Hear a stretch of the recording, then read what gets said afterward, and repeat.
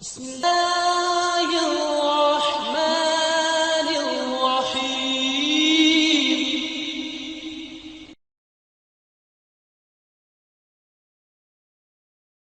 نستعينه ونستغفره ونستهديه ونعوذ به من شرور أنفسنا ومن سيئات أعمالنا. من يهده الله فلا مضل له ومن يضلله فلا هادي له، وأشهد أن لا إله إلا الله وحده لا شريك له، وأشهد أن محمدا عبده ورسوله صلى الله عليه وسلم. يا أيها الذين آمنوا اتقوا الله حق تقاته ولا تموتن إلا وأنتم مسلمون.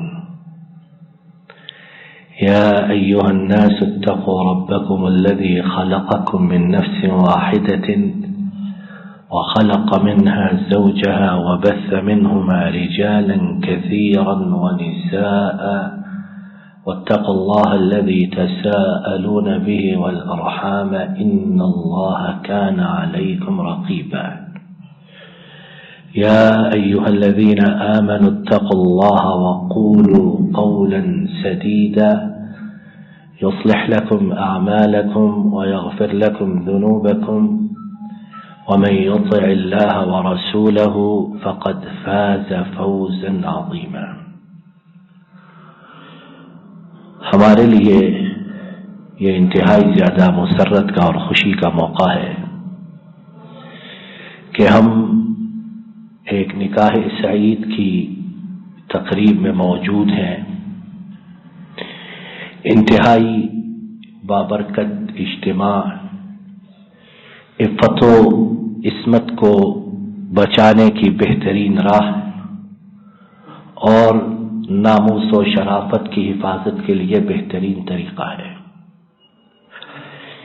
ان مختصر سے لمحات کو غنیمت جانتے ہوئے اللہ کی توفیق سے چند گزارشات اشارات کی زبانی آپ لوگوں کے گوش گزار کرنی ہے، تاکہ ہمارا یہاں جمع ہونا، بیٹھنا، بات کا سننا مولا علیم و قدیر قبول فرمائے، اور ہم جس نیک اور خیر و بھلائی والے مقصد کے لیے یہاں جمع ہوئے ہیں، وہ مقصد اللہ کے فضل و کرم سے مکمل ہو، اور یہ مبارک جوڑا جو آج نکاح کے بندھن میں بندھ رہا ہے، اس دنیا سے روانہ ہونے تک ایمان، عافیت، صحت، تمنگری کے ساتھ خیر و برکت والی زندگی بسر کرے.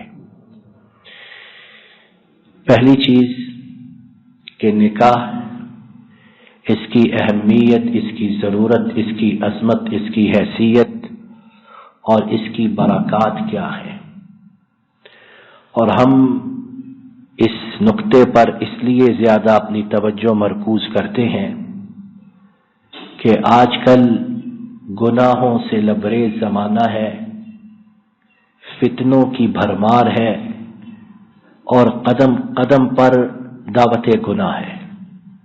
اور خاص طور پر ہماری جوان نسل، لڑکے لڑکیاں اس حد تک گناہوں کی دلدل میں ڈوب چکے کہ صرف وہی بچتا ہے جسے اللہ بچائے، وگرنہ عصمت و عفت والی بات، عزت و ناموس، شرافت، کرامت والی بات قصہ پارینہ بن چکی ہے.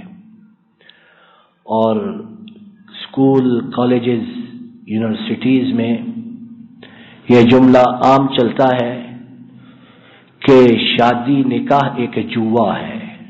معاذ اللہ، ایک جوا ہے، چل گیا چل گیا، نہ چلا تو ہمارے لیے اور بہت سے راستے ہیں.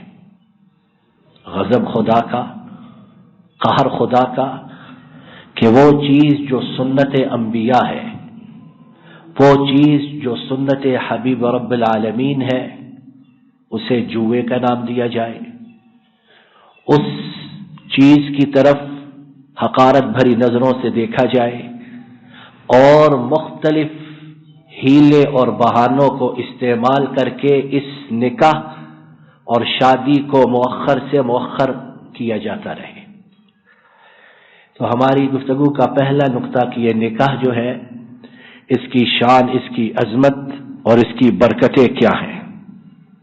اس پہلے نقطے کے ضمن میں ہم صرف اشارات کی زبانی دلائل کا ذکر کیے بغیر 1 2 3 4 5 کی صورت میں بات کو سنتے ہیں، اور میری موجود یہاں تمام حضرات و خواتین سے گزارش ہے کہ اللہ کے لیے کانوں کے پردوں کے ساتھ ساتھ دل کی کھڑکیاں کھول کر سنیں کہ ہماری شریعت، ہمارا دین، ہمارا مذہب وہ ہمارے لیے کتنی خیر و بھلائی رکھتا، اور ہم اپنی شریعت سے، اپنے دین سے کس قدر غافل ہیں۔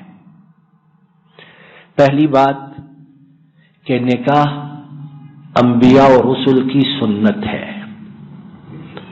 دوسری بات، نکاح ہم سب کے امام، پیشوا، رہبر و رہنما حضرت محمد رسول اللہ صلی اللہ علیہ وسلم ان کی سنت مبارکہ ہے۔ تیسری بات، نکاح نصف دین ہے۔ جس نے نکاح کیا اس کا آدھا دین مکمل ہو گیا۔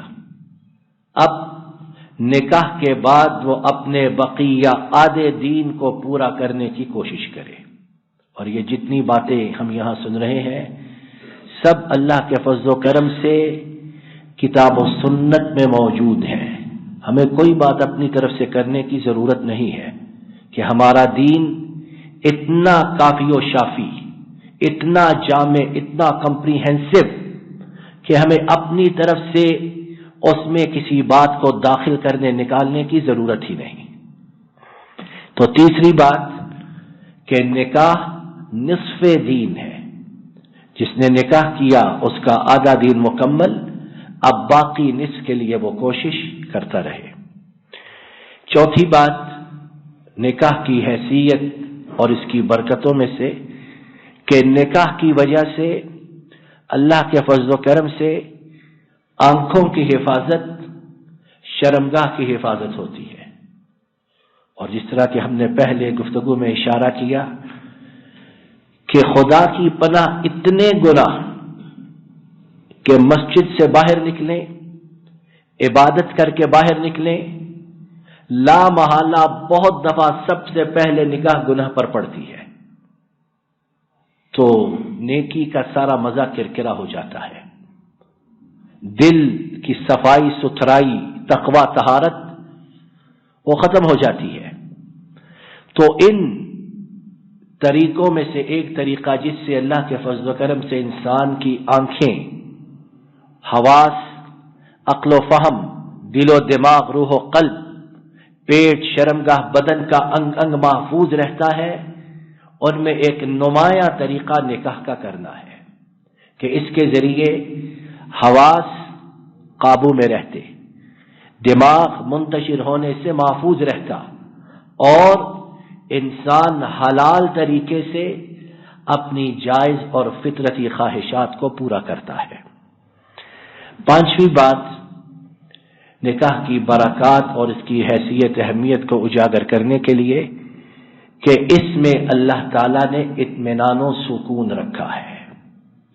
یہ بدبخت جو اپنی زبان سے یہ چیز اگلتے ہیں کہ یہ جوا ہے، یہ کھیل ہے، یہ فلاں ہے فلاں ہے، شرم و حیا کا مقام ہے کہ رب تو کلام پاک میں اسے اطمینان و سکون کا سبب قرار دیں، اور ہم ان کی پیروی کرتے ہوئے، ان کی نقالی اور ان کے پیچھے اندھا دھند چلتے ہوئے اسے جوا، کھیل اور نہ جانے کیا کیا قرار دیں۔ پانچویں چیز، اس میں دلوں کا، روحوں کا، بدن، جسم اور اس کے انگ انگ کا اطمینان و سکون موجود ہے۔ چھٹی چیز جو اس بات کو اجاگر کرتی ہے کہ نکاح کی وجہ سے انسان اللہ تعالی کی مدد اور نصرت کا کموارے پن سے زیادہ مستحق بن جاتا ہے۔ پہلے تو اکیلی جان تھی، اب دو ہیں، حلال طریقے سے اکٹھے ہوئے ہیں، نکاح کی وجہ سے ان کا اکٹھ ہوا ہے، تو اب منان و ودود رب، قادر و مقتدر رب، وہ اس جوڑے پر اپنی مدد اور نصرت کی برکھا برساتے ہیں۔ اور ہمیں اللہ کی مدد اور نصرت کی ضرورت ہے کہ نہیں؟ بولیے، ہے کہ نہیں؟ کوئی ہے ہم میں سے جسے نہیں؟ وہ ہاتھ کھڑا کرے۔ اتنی ضرورت کہ ہم یہ جو سانس لے رہے آ جا رہا، یہ بھی ان کے فضل رحمت کے بغیر ممکن نہیں۔ ساتویں بات، ہم میں سے اکثریت مادہ پرست، مال کو پسند کرنے والے، اور فطرت ہے انسان کی، وَتُحِبُّونَ الْمَالَ حُبًّا جَمًّا، مال کی محبت دلوں میں ڈال دی گئی۔ کوئی کتنا صوفی بنے، کوئی کتنا زاہد و عابد بنے، قانع صابر شاکر بنے، لیکن کہیں نہ کہیں دل کے گوشوں میں مال کی محبت موجود رہتی ہے۔ آئیے آج یہ بھی تحفہ لے کر جائیں، یہ بھی تحفہ لے کر جائیں کہ نکاح اللہ کے فضل و کرم سے مال میں اضافے اور زیادتی کا سبب بنتا ہے۔ بے وقوف کہتے ہیں جاب نہیں، تعلیم مکمل نہیں، بچہ پاؤں پر کھڑا نہیں، ہاتھوں پر کھڑا ہے، پھر اگر پاؤں پر نہیں تو ہاتھوں پر کھڑا ہے۔ سب بے وقوفی کی باتیں، اور سب ذمہ داری سے جان چھڑانے کے ہیلے اور بہانے ہیں۔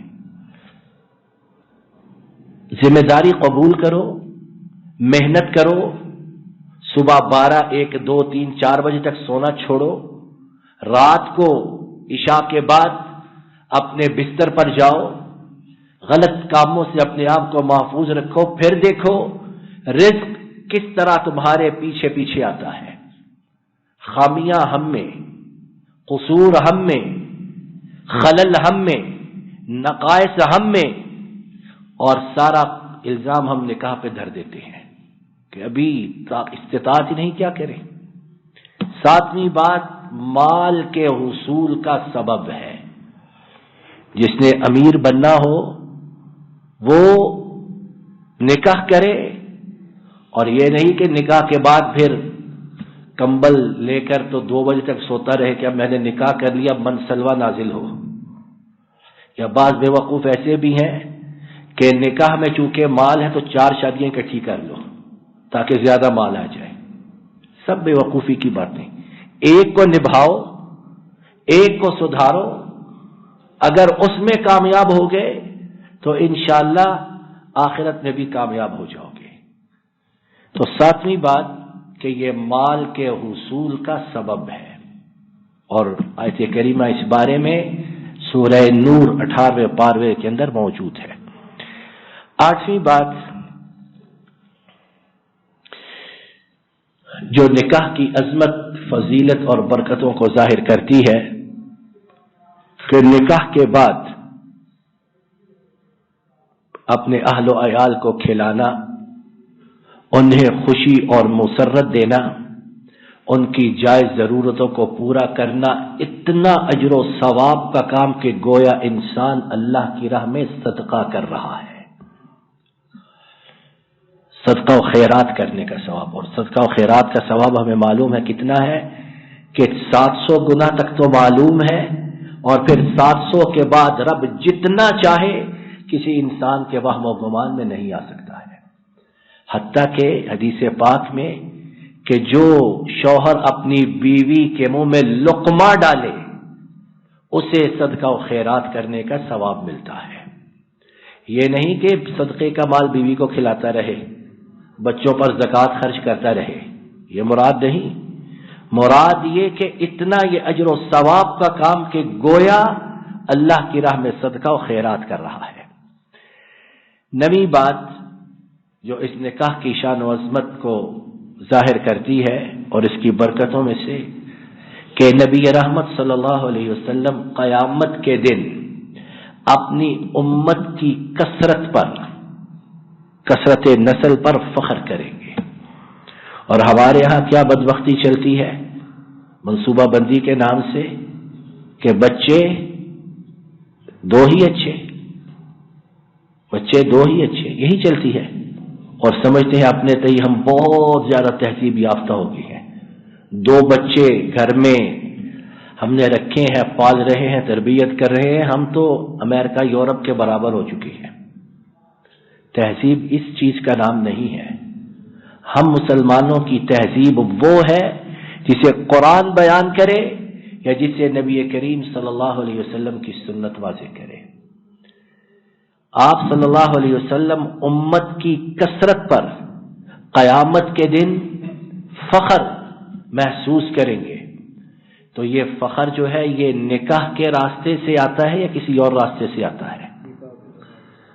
یورپ امریکہ میں دیکھیں، حرام کے بچوں کی اس قدر کثرت کہ ان کے جو بڑے بڑے مفکرین، دانشور، انٹلیکچوئلز، تھنکرز، بلکہ تھنک ٹینکس جو ہیں وہ اس بارے میں آہ و ماتم کر رہے کہ ہم کس تباہی کی طرف جا رہے ہیں، کہ حلال بچے ہیں ہی نہیں، حرام بچوں کی کثرت ہے۔ یہ 9 باتیں اللہ کی توفیق سے ہم نے اشارات کی زبانی نکاح کی اہمیت اور اس کی برکات کے متعلق سنی۔ ہماری گفتگو کا دوسرا نقطہ، اور اسی نقطے پر انشاءاللہ ہم اپنی گفتگو ختم کریں گے، کہ بعض غلط تصورات، بعض غلط رسوم و رواج اور بعض غلط باتیں جو ہمارے معاشرے میں نکاح کے متعلق یا اس سے منسلک موجود ہیں، آئیے آج ان کے متعلق بھی اپنے ذہنوں کو صاف کرتے چلیں۔ پہلی چیز جو غلط تصور ہمارے ذہنوں میں موجود ہے کہ نکاح کوئی ایسی فرض واجب چیز نہیں، جتنا لیٹ کر سکتے ہیں کرے، تاخیر کر سکتے ہیں کرے، کہیں جاب کے نام پہ، کہیں تعلیم کے، کہیں کسی۔ جب بچہ بالغ ہو جائے، بچی بالغ ہو جائے، تو اس وقت ماں باپ کی یہ شرعی ذمہ داری ہے کہ انہیں نکاح کے بندھن میں باندھ دیں۔ یہ سطحی بہانے اور العجب شیطان کا تماشا ہے کہ عزت پامال ہوتی ہے، ہوتی رہے، گھر خاندان اس کی بھد اڑتی ہے، اڑتی رہے، لیکن بچے بچی کی تعلیم مکمل ہو جائے، کسی ملٹی نیشنل کمپنی میں جاب لگ جائے، یا بچہ فارن چلا جائے، وہاں نیشنلٹی پاسپورٹ کا بندوبست ہو، تو پھر ہم نکاح کی آواز بلند کریں۔ یہ اس چیز کی ضمانت رکھتا ہے کہ اسے پاسپورٹ پہلے ملے گا یا آخرت کا ٹکٹ پہلے ملے گا؟ ہے کسی کے پاس ضمانت؟ ہے تو کوئی ہاتھ کھڑا کرے، ہم بھی اس کا چہرہ پر انوار دیکھ لیں۔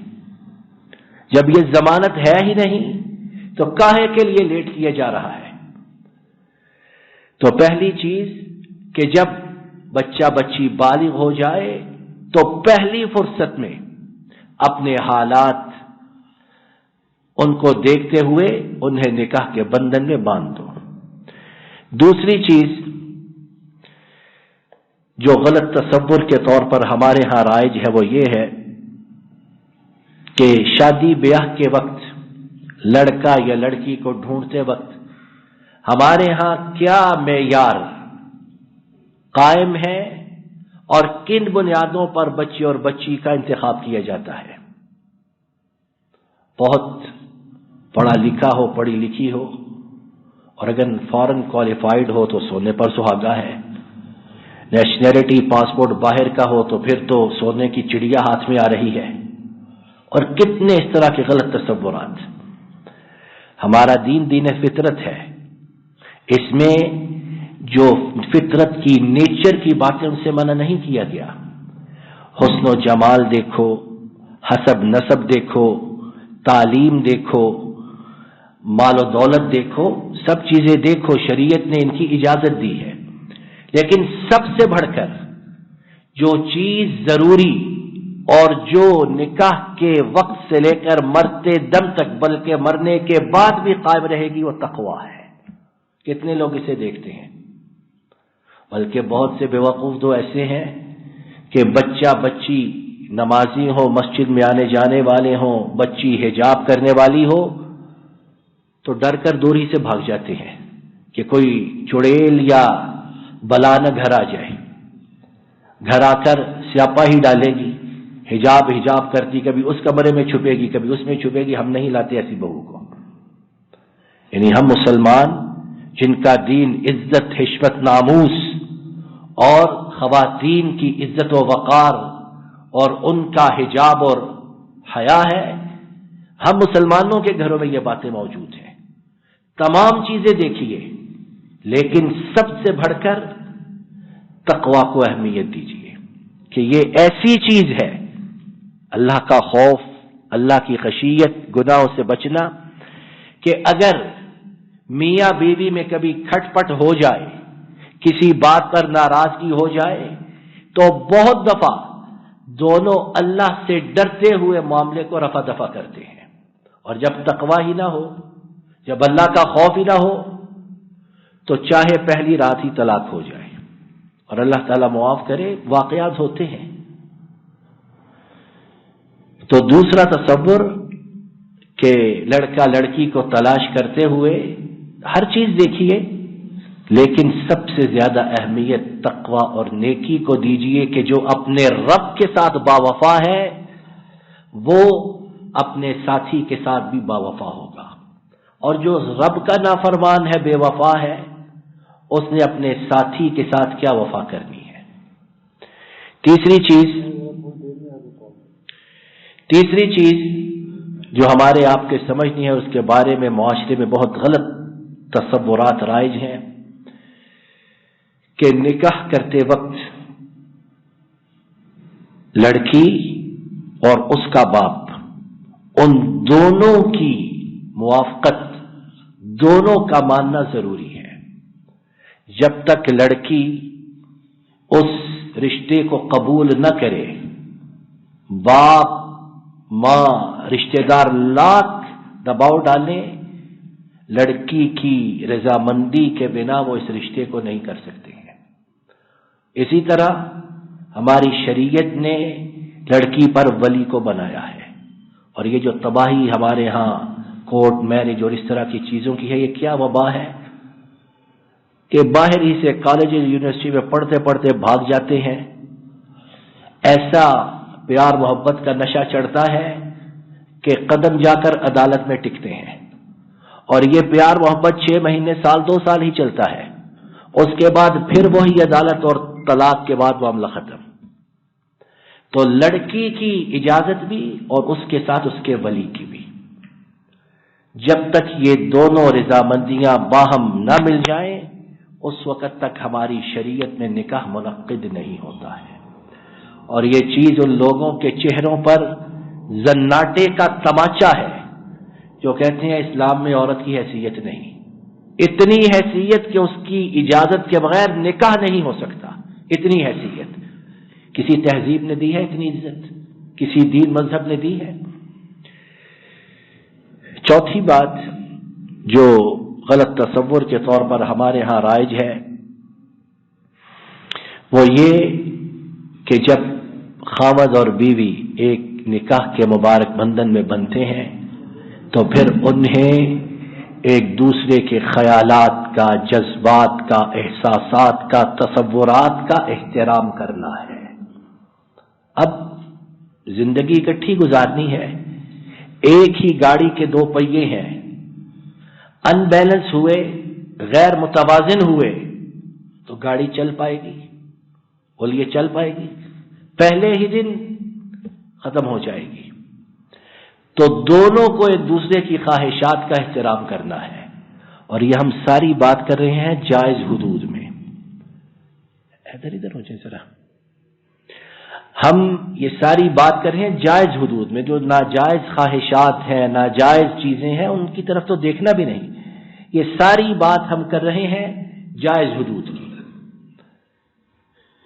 لڑکی کو کھانے میں کچھ پسند ہے، لڑکے کو کچھ پسند ہے. لڑکی کو لباس پہننے کے لیے خاص ڈیزائن پسند ہے، لڑکے کو کچھ اور پسند ہے. تو اب گھر میں قتل قتال ہو جائے، خون کی ندیاں بہہ جائیں، طلاق کا کھیل ہر روز جاری رہے. ایک دوسرے کو سمجھنا ہے، ایک دوسرے کی رغبت، خواہش، اس کا احترام کرنا ہے. اور یہ چیز اللہ کے فضل و کرم سے نکاح کے بعد ہی انسان میں موجود ہوتی ہے. جب تک نکاح کا بندھن نہ ہو اس وقت تک انسان ایک حد تک ہی کسی دوسرے کو برداشت کرتا ہے، اس کے بعد وہ ادب احترام ختم. لیکن نکاح میں اللہ نے ایسی برکت رکھی کہ جوڑے 50 برس، 70 برس، 90 برس ایک دوسرے کی خواہشات کا احترام کرتے ہوئے گزار دیتے ہیں. چھٹی بات جو غلط تصور کے طور پر ہمارے ہاں رائج ہے کہ اب ان دو لوگوں کے نکاح کے بعد، لڑکے لڑکی کے نکاح کے بعد دو خاندان باہم ملے ہیں. لڑکی کا میکا بھی ہے، سسرال بھی ہے، اسی طرح لڑکے کا بھی میکا سسرال. ان دونوں خاندانوں کو باہمی احترام و ادب، تکریم کا رشتہ استوار رکھنا اور کسی کو نیچ نہیں جاننا ہے. اللہ معاف کرے، کئی گھرانے ایسے ہیں کہ جہاں بہو آتی ہے تو اسے پاؤں کی جوتی سمجھا جاتا ہے کہ اس کی کیا حیثیت ہے، اس کی کیا حیثیت، اس کے ماں باپ کی کیا حیثیت، انہوں نے بیٹی دی ہے، اب ان کی ایسی کی تیسی، اب یہ زندگی اس طرح بسر کریں جس طرح ہم چاہیں گے. حتیٰ کہ بیگم کے بھائی کا رشتہ کرنا ہو تو اس میں بھی یہ داماد کہتے ہیں میری رائے کو حیثیت نہیں دی تو یہ رشتہ کیسے ہو سکتا ہے. کیسی بے وقوفی ہے. ان کا الگ گھر ہے، ان کا اپنا الگ معاملہ ہے، ان کی الگ دنیا ہے، تم کون ہوتے ہو؟ جب تمہاری اولاد ہوگی، ان کے رشتوں کا وقت آئے گا تب اپنی رائے چلانا.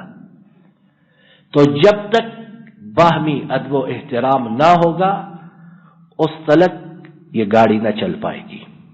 اور اسی طرح بعض گھروں میں داماد اور اس کے گھر والوں کو نیچ سمجھا جاتا ہے. تو دونوں طرف کی باتیں غلط ہیں. اور جی ہم بار بار مکرر اس بات کا تکرار اور اعادہ کرتے ہیں کہ جب تک دلوں کی گہرائی میں ایک دوسرے کا لحاظ، آنکھوں میں شرم اور دل و دماغ میں حیا موجود نہ ہوگی اس وقت تک یہ گاڑی نہیں چلے گی. 7ویں بات کہ نکاح کے بعد حتی الامکان، نکاح کے بعد حتی الامکان نسل کو بڑھانا، بچوں کی تعداد میں اضافہ جائز حدود میں، حالات اور دونوں کی صحت کو ملحوظ خاطر رکھتے ہوئے. اسلام کوئی بے وقوفی کا دین نہیں یا گنوار پن کا نہیں کہ خاتون مرنے جا رہی اور بچے کی ولادت کا وقت بار بار آ رہا ہے. گھر کے حالات، صحت، معاشرے کے حالات اجازت دیں تو نسل کو بڑھانا ہے. اور جیسا کہ ہم پہلے سن چکے کہ نبی رحمت صلی اللہ علیہ وسلم اس کی وجہ سے قیامت کے دن اپنی امت پر فخر کریں گے. 8ویں بات کہ نکاح اتنی بڑی نعمت کہ اللہ نے آنکھوں کی، شرمگاہوں کی، ایمان کی، دین کی، ناموس کی، عزت کی حفاظت کی ہے. تو اب اس کا شکرانہ کس طرح ادا کرنا ہے. اور اللہ کی پناہ کے جتنی اللہ کی بغاوت، سرکشی نکاح کی تقریبوں میں، ولیموں میں، یہ مہندی اور پتہ نہیں کس کس قسم کی رسموں میں ہوتی ہے، یہ تو اللہ کی بردباری اور تحمل ہے کہ اپنے عذاب سے ہمیں محفوظ رکھتے ہیں. وگرنہ اسی وقت عذاب آئے سب کچھ ختم ہو جائے. تو جب اللہ نے اتنی بڑی نعمت دی، نکاح کی حفاظت کی، تو اب اللہ کی بندگی اور اطاعت میں اور آگے بڑھنا ہے. نمازوں کی حفاظت، گناہوں سے بچنے کی خواہش، نیکیاں کرنے کی رغبت، گناہوں سے دور رہنے کی چاہت، یہ پہلے سے زیادہ آنی چاہیے. اور کاہے کے لیے نہ آئے کہ آگے اللہ تعالیٰ نے انہیں اولاد عطا کرنی ہے تو اس اولاد کی تعلیم و تربیت کے لیے یہ چیز انتہائی زیادہ ضروری ہے کہ ماں باپ خود سیدھے راستے پر گامزن ہوں۔ اگر ماں باپ ہی میں کجی ہو تو انہوں نے بچوں کی تربیت خاک کرنی ہے۔ اور آج بچوں کی تربیت میں جو بہت بڑا بگاڑ ہے اور تربیت اور تعلیم کا فقدان ہے تہذیب کا، وہ کس وجہ سے؟ بہت سی اسباب۔ ایک بڑا سبب کہ والدین کی کل خود سیدھی نہیں ہے۔ ہر برائی جو والدین میں موجود ہے، والدین چاہتے ہیں بچوں میں یہ برائی نہ آئے۔ کس طرح نہ آئے؟ بچے دن رات 24 گھنٹے والدین کو وہ برائی گناہ کرتے گھر میں دیکھتے ہیں، تو بچے کس طرح اس سے محفوظ رہ سکتے ہیں؟ تو سب سے پہلے اپنی تربیت کرنی ہے، اپنا تزکیہ نفس کرنا، اور اس کے بعد اللہ سے اولاد کی بہتری کے لیے دعا کرنی ہے۔ آخری بات، نئی بات جو اس بارے میں کہ بعض لوگوں کے ہاں چھوٹی چھوٹی باتوں پر طلاق کی دھمکی، چھوٹی چھوٹی باتوں پر گھروں میں مار پیٹ، چھوٹی چھوٹی باتوں پر ظلم و ستم کا بازار گرم کر دیا جاتا ہے۔ اور آپ سب کو معلوم ہے کہ اللہ کے ہاں سب سے حلال چیزوں میں سے سب سے زیادہ بری چیز کیا ہے؟ حلال چیزوں میں سے ہے حلال، لیکن یہ اس وقت بروئے کار لانی ہے جب اس کے علاوہ کوئی حل نہ ہو۔ اس نے سالن گرم کر کے نہیں دیا، میں نے طلاق دے دینی ہے۔ اس نے کپڑے استری نہیں کیے، اس کا مقدر طلاق ہے۔ یہ ماں باپ کے ساتھ بہت فون پر باتیں کرتی ہے یا ان کے ہاں پہنچ جاتی ہے، یہ اس قابل ہی نہیں کہ اپنے گھر رکھوں۔ یہ کوئی انسان ہے یا حیوان پاگل ہے؟ اگر اس طرح کی باتوں پر طلاقیں ہونے لگیں تو انسان اشرف المخلوقات رہے انسان؟ تو حتی الوسع، حتی الامکان اس حلال کام طلاق، حتی الامکان اس سے دور رہنا ہے۔ اور اللہ تعالیٰ یہ جو بندھن باندھ رہے ہیں نکاح کی صورت میں، حتی الامکان کوشش کی جانی چاہیے کہ مرتے دم تک یہ چیز قائم اور دائم رہے، اور مرنے کے بعد بھی دونوں میں سے جو پہلے اس دنیا سے رخصت ہو جائے وہ دوسرے کے لیے اللہ سے دعا کرتا رہے۔ تو یہ 9 باتیں اللہ کی توفیق سے ہم نے اس ضمن میں سنی کہ جو غلط تصورات ہمارے معاشرے میں رائج ہیں، شریعت ان کا علاج کس طرح کرتی ہے۔ رب العالمین اپنے فضل و کرم سے ہمارے اس کہنے سننے میں برکت عطا فرمائے، اور ہمیں اور ہماری آنے والی نسلوں کو شریعت کے عین مطابق زندگی گزارنے کی توفیق عطا فرمائے۔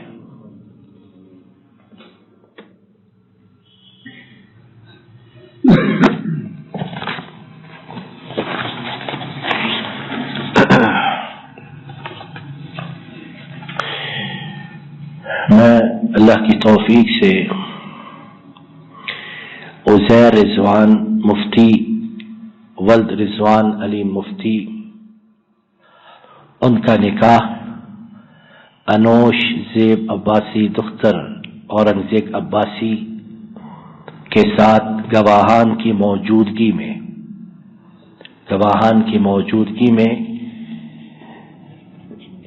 10,000 روپے بما 2.5 تولے طلائی زیورات بطور مہر معجل کرتا ہوں۔ آپ کو یہ نکاح قبول ہے؟ اللہ تعالی اس قبولیت میں، بیٹا توجہ سے بات سنو،